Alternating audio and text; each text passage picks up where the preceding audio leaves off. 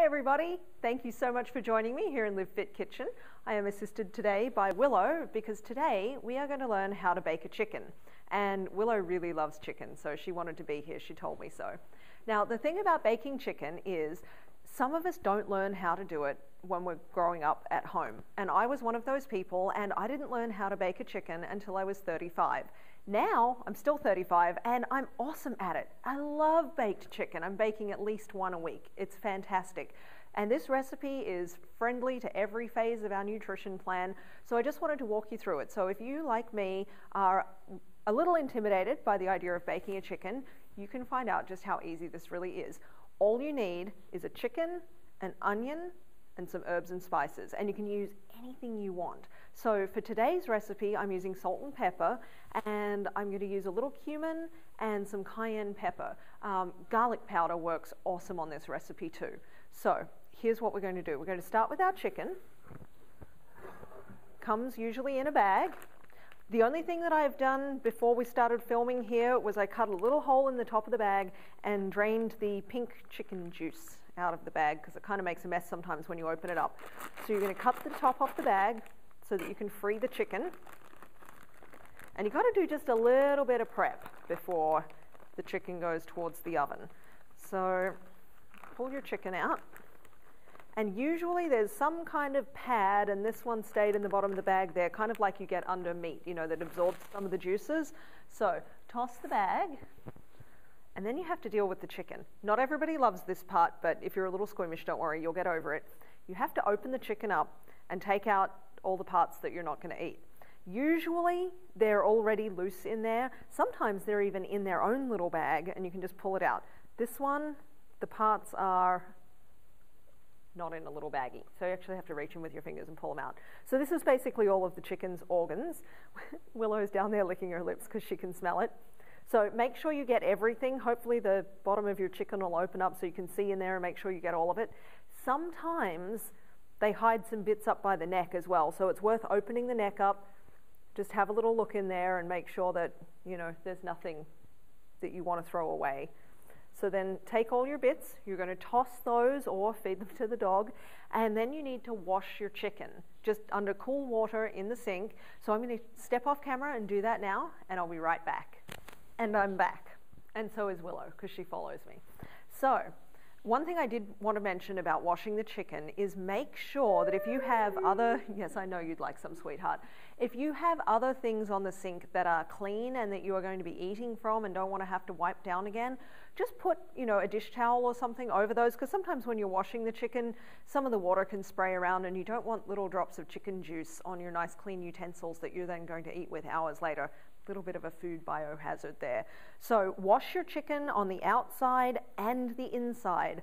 Make sure that you really get into that chicken and, you know, clean everything out, fill it with water. I like to swish it around a little and empty it out again. Let the water run through. Just make sure your chicken is really well rinsed. So the next thing we're going to do is lightly stuff the chicken with onion. Now the onion that I had was huge, so I'm going to use maybe about a half of that onion. I peel it and then I slice the onion this way first, and then I'm going to slice it the other way, so I end up with just rough little chunks.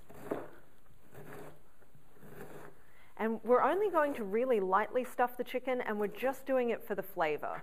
We're not actually going to eat this onion after we're done. So you can see the back end of the chicken is open and ready to go. I'm assuming that's the back end, city girl that I am.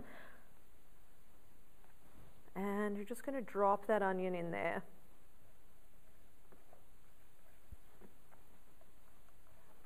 A little bit more is going to fit.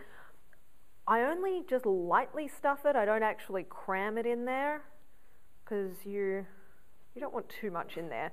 And then what I do is use the extra little bits of skin and fat that are there, and I just close him up. That bit actually can go. We don't need that piece. So closed up keeps all the flavors in. So next we're going to put some seasonings on. Now apparently it's important which way you have the chicken when you're baking it, and last time I baked one I forgot. I just wasn't paying attention, didn't check, whatever. So you're supposed to bake them breast side up, which means that the wings are down and the little legs are sticking up. The wrong way up, and I don't know why this is wrong, but the wrong way up is where the wings are facing down towards your tray there, and the legs are also down on the tray. So if it looks like this, flip it over. I know you really want some, don't you, puppy? I'm awfully sorry, but you have to wait. Okay, so putting the rest of the onion back in, closing up the back end there, and getting ready to add some flavor to the outside.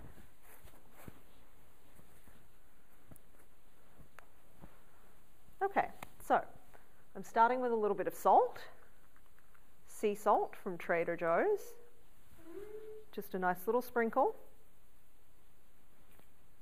and some cracked pepper.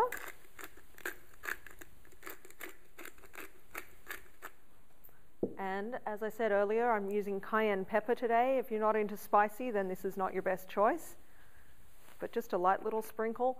And then cumin is amazing on baked chicken. Shh.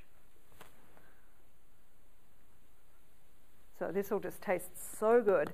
And like I said, you can also use garlic powder. Garlic powder is also a favorite, but I do that most often. So I just thought I'd do something a little different today. So you can see just some spices on the outside of my bird. Now it's sitting right in the middle of my tray, and I'm going to put this tray onto the middle rack in my oven and bake it at about 375 degrees until it's done.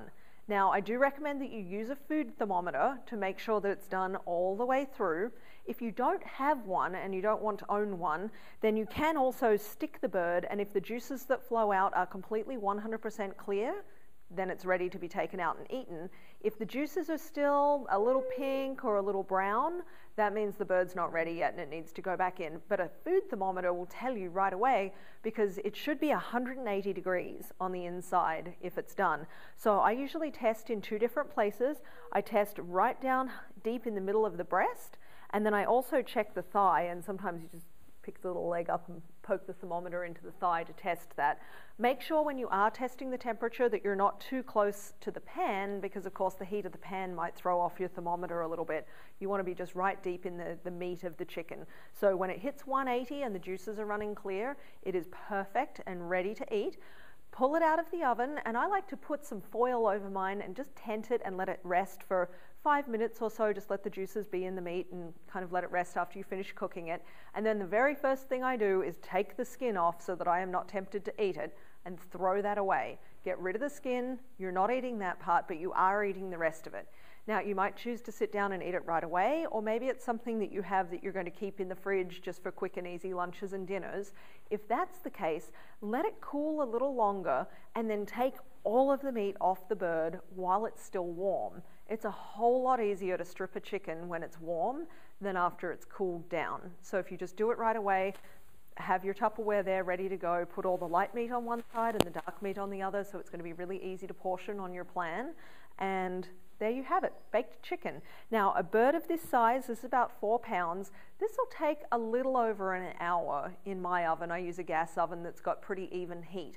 If you have an oven that has warmer spots and cooler spots, then you might want to turn the bird halfway through just so that it cooks really evenly. But the rule of thumb is about 20 minutes a pound, give or take. Sometimes it takes, in my oven at least, just a little bit longer. So, thank you so much for joining Willow and I here in the kitchen. Are you good, puppy? Thanks for joining us. We'll see you next time. Bye-bye.